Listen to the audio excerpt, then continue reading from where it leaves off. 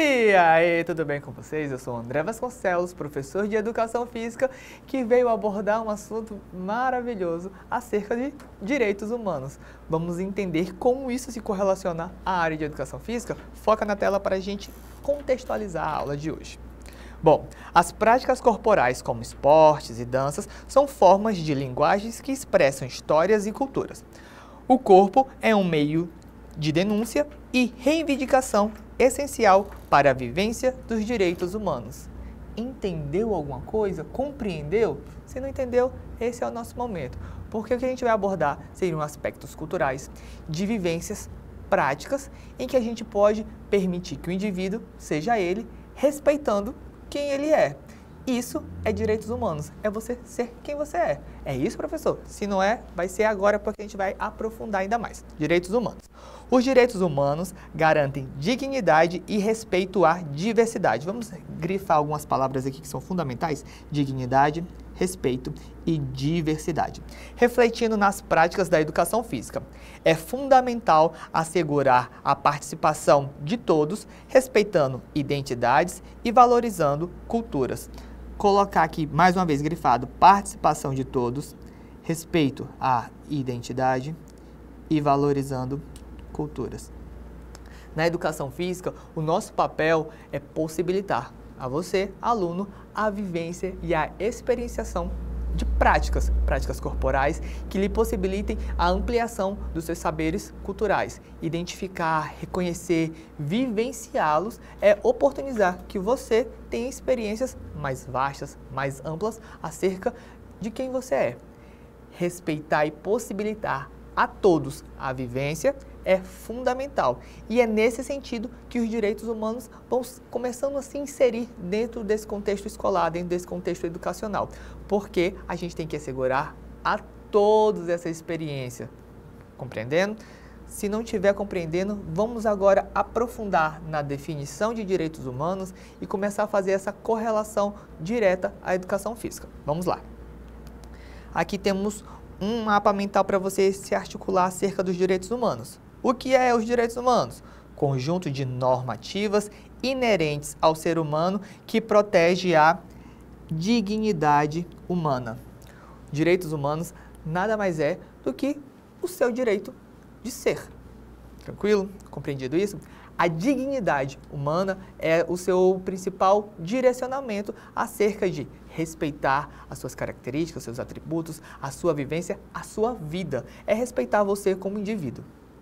Quando a gente faz uma contextualização direcionada para a vinculação desse direito na Constituição, isso seria os direitos fundamentais. Direitos fundamentais de quê? Vamos aqui, ó. Direitos fundamentais. Direito à vida, liberdade de opinião e de expressão, direito ao trabalho, direito a um julgamento justo, direito à educação. Então, todos os direitos que são inerentes ao indivíduo são direitos fundamentais relacionados à dignidade humana, que a gente vai fazer essa correlação aos direitos humanos. Compreender isso é fundamental porque você começa a buscar respeitar, valorizar e reconhecer os direitos do indivíduo em existir, em ser. E aí você começa a respeitar o outro, se respeitando e buscando encontrar um caminho, um direcionamento para que todos possam ser livres e viver a sua vida da melhor forma, em plenitude. Compreendido? Por que isso é importante? Como é que isso se correlaciona à educação física? A partir do momento em que eu digo que eu posso e devo, como professor, estimular a participação e a vivência e experiência a todos, eu tenho que buscar garantir que as práticas identitárias, que esse contexto cultural de determinada matriz que não é tão não tem uma grande visibilidade, precise ser entendida, compreendida e respeitada dentro desse contexto social que vivemos. E como se trata de indivíduos múltiplos e vastos, cada um com as suas concepções, é importante entender que não existe um tipo de cultura e as culturas dos outros indivíduos, a identidade dos outros indivíduos deve ser preservada e respeitada. Belíssimo, né? Então aqui, ó, o objetivo é proteger a todos os seres humanos, independente da condição financeira, de etnia, de nacionalidade, de crença, cor, pele, orientação sexual. Então, o objetivo é oportunizar a todos as suas garantias de existência de fato, ok? Enfim, temos aqui como um grande direcionamento a formação desses direitos, a Declaração dos Direitos Humanos, tá? Aqui temos os principais nomes, Eleanor e o John Thomas. Isso vem, essa construção, né, a consolidação dessa definição e compreensão acerca dos direitos humanos vem com a Declaração Universal dos Direitos Humanos. Temos aqui a promulgação pela ONU. Vamos entender ela como um pacto entre as nações, em que cada país se compromete em exercer e respeitar a dignidade da pessoa humana, ok? Temos aqui alguns momentos históricos, tá bom? E as características dos direitos humanos, que são direitos universais, inerentes, inalienáveis, irrenunciáveis, indivisíveis, interdependentes, interrelacionados. E o que isso quer dizer? Que todos têm esse direito, que eles não podem ser dispostos de tipo, eu não quero isso. É seu direito, você não vai se desprender dele porque, eu não... Não, você tem direito à vida, mas eu quero...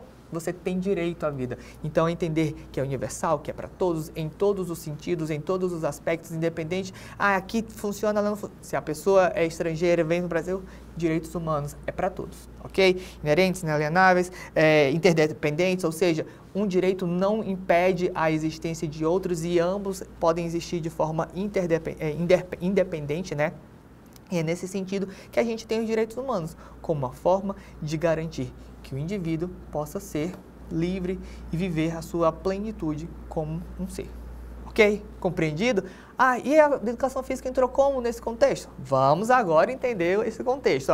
Conexões entre direitos humanos e educação física. Participação inclusiva. Todos participam, independente de gênero, raça ou habilidade. Professor, eu não quero fulano no meu time não, que ele é ruim. Todo mundo participa. Professor, menino joga melhor que menina. Eu quero experiência, eu quero vivência. Não. A inclusão, a prática, a vivência, a experiência, ela deve ser inclusiva. E isso quer dizer para todos. Ponto. Não, mas... Ponto. Está na lei. Fale com a lei, meu amor. Discuta com a lei. É para todos, ok? Avançando. Respeito à identidade. Acolhimento da identidade de gênero nas práticas corporais. Eu não entendi, professor. Identidade, entender que em determinados tipos de práticas, elas são uma forma de identificar determinado grupo. Por exemplo, se eu falo samba, a gente vai ter como uma identidade, um pano de fundo, prática corporal brasileira. Agora, se eu falo beisebol, a associação é a identidade americana. E o que eu quero dizer com isso? Que na hora de praticar, a gente reconhece, identifica de onde é e entende que dentro de um contexto em que eu me insiro, por exemplo, Acre, a prática de beisebol, ela não é uma prática habitual.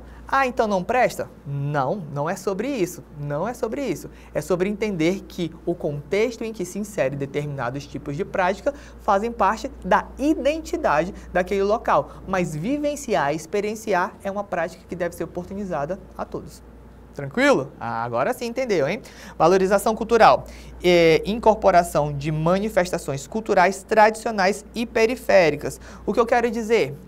Hoje, na aula, iremos abordar o funk. Ixi, professor, funk é coisa de favelado. Opa, estamos tendo estereotipações e uma concepção preconceituosa de determinado tipo de prática que ela tem um viés histórico, social, cultural, de representatividade, de identidade e que deve ser compreendida e respeitada dentro do seu contexto que se insere e entender que ela é uma forma de oportunizar e possibilitar a todos a vivência e a compreensão. Entendam que os direitos humanos, ele sempre vai fazer esse bate-bola de entender que o seu direito termina e começa quando temos o outro. E o outro tem o direito de se expressar e ser. E todos os tipos de práticas e vivências e cultura é dentro dessa construção social, ok?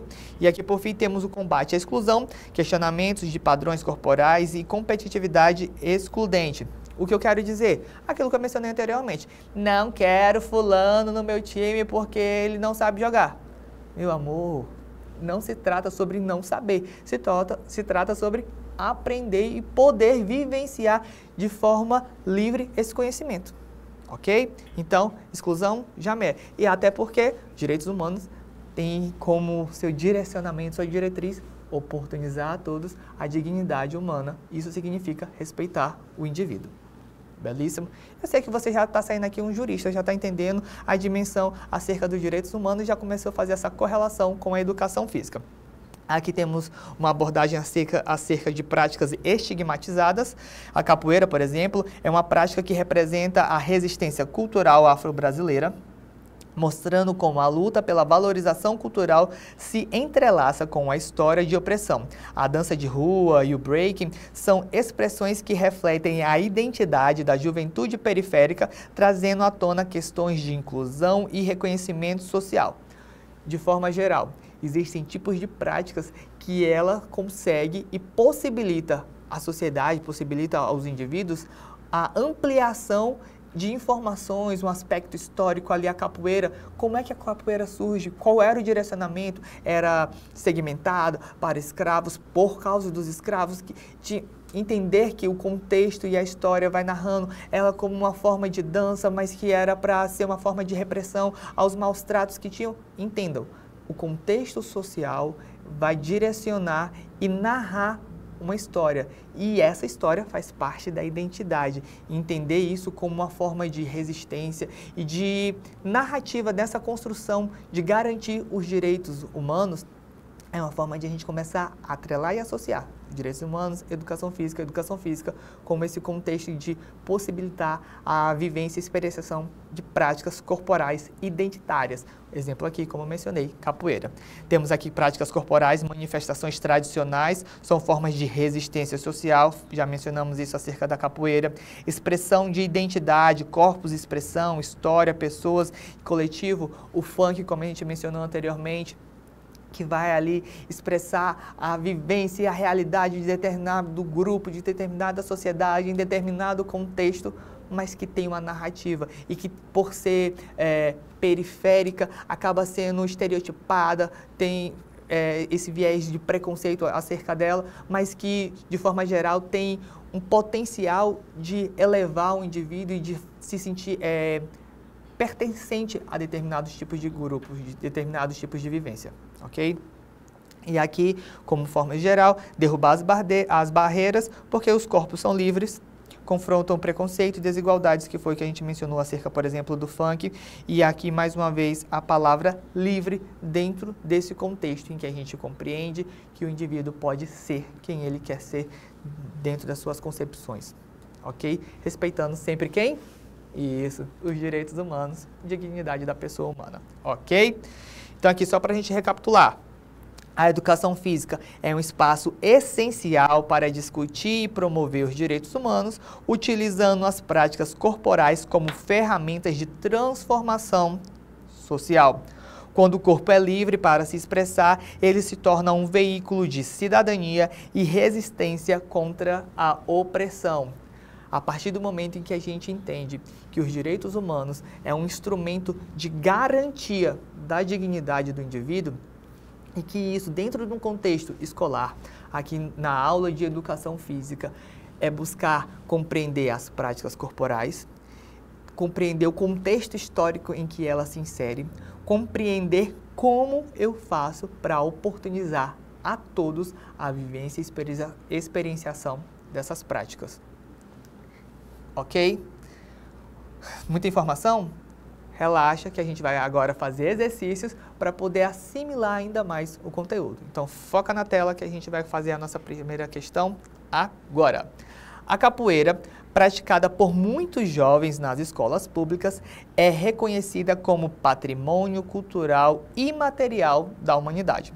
Sua presença nas aulas de educação física pode ser entendida como: por que eu, como professor de educação física, devo oportunizar você a prática de capoeira? O que eu quero com isso? O que eu quero fazer com que você amplie de saber? Vamos às alternativas para ver se você entendeu mesmo. Alternativa A, um método de ensino focado apenas no condicionamento físico. Quando eu vou dar aula de de capoeira ou alguma outra modalidade, eu quero que você saia um exímio atleta performático apenas focando no seu potencial físico. Será que é isso? Eu já falei e mencionei várias vezes, é sempre uma questão de vivência, experienciação e oportunidade a todos dessa prática. Então, não é nessa questão de condicionamento físico, ok? Alternativa B, uma prática que reforça padrões corporais eurocêntrico pra cima de mim, meu amor, né? Desde quando que capoeira é da Europa? Não. Se você respondeu essa, melhore. Enfim, alternativa C. Um exemplo de resistência cultural e promoção da identidade afro-brasileira. Vamos lá, ó. Um exemplo de resistência cultural e promoção da identidade. Isso não casa com o que nós mencionamos anteriormente, que é buscar promover, vivenciar, reconhecer, identificar aquilo como um atributo pertencente à nossa comunidade? Então, já temos provavelmente nosso gabarito. Vamos ver as outras alternativas. D, uma atividade recreativa isenta de qualquer valor. Isenta, ou seja, não tem valor social? Claro que tem. E a alternativa é um conteúdo desguarnecido de saber. Não tem nenhum saber, desguarnecido é nesse sentido de vazio. Não, melhore. Alternativa correta, alternativa C. A capoeira é uma manifestação cultural afro-brasileira que carrega uma história de resistência. Sua prática nas escolas ajuda a reconhecer e valorizar culturas marginalizadas, promovendo o respeito às diversidades históricas e culturais. Vamos para mais uma questão? Foca na tela. Questão 2. Ao planejar suas aulas, uma professora de educação física garantiu que todas as atividades fossem acessíveis a alunos com diferentes habilidades físicas, respeitando os tempos de cada um. Essa ação está diretamente relacionada ao princípio dos direitos humanos de... Então, aqui a gente já está falando efetivamente de direitos humanos e de oportunização de prática. Qual o princípio que a gente quer aqui dentro desse contexto? Vamos ver as alternativas para entender melhor. Então, aqui, ó, se dentro do cabeçalho da questão dizia que queria garantir a todos a atividade de forma acessível, que princípio dos direitos humanos a gente tem correlação? Alternativa A, competitividade e superação de limites individuais. A competição é um atributo inerente ao esporte, mas quando a gente está focado em rendimento, aqui a gente quer vivência e experiência. Então, não necessariamente eu preciso competir para isso. Então, elimina. Alternativa B, inclusão e respeito às diferenças. Veja que lá no cabeçalho ela falava, ó, respeitando os tempos de cada um. Então, cada um tem o seu tempo, tem o seu momento. E essa alternativa fala que é inclusão e respeito às diferenças. Provavelmente temos o nosso gabarito aí. Vamos ver as outras. Avaliação rigorosa e padronizada de desempenho corporal? Não, se é padronizada, não estou respeitando o tempo de cada um. Descarta. Alternativa D, foco na alta performance e rendimento atlético. Se é rendimento, se é alta performance, não está dentro do contexto escolar. O contexto escolar é de vivência e experienciação. Elimina. Liberdade de expressão. A liberdade de expressão, ela entra como um princípio, né, dos direitos humanos, mas não se correlaciona com os tipos de habilidades físicas. Então, não, gabarito correto, alternativa B. Ok? Temos mais questões? Temos mais questões. Vou deixar em tela, você vai ler, vai raciocinar para 5 segundos, porque o gabarito está também na tela. Ok? Alternativa C dessa daí. Eu fico por aqui. Espero que você tenha entendido e gostado de correlacionar os direitos humanos à educação física. Espero nos ver em uma outra aula, em outro momento, sempre respeitando o indivíduo. Ok? Então, até mais.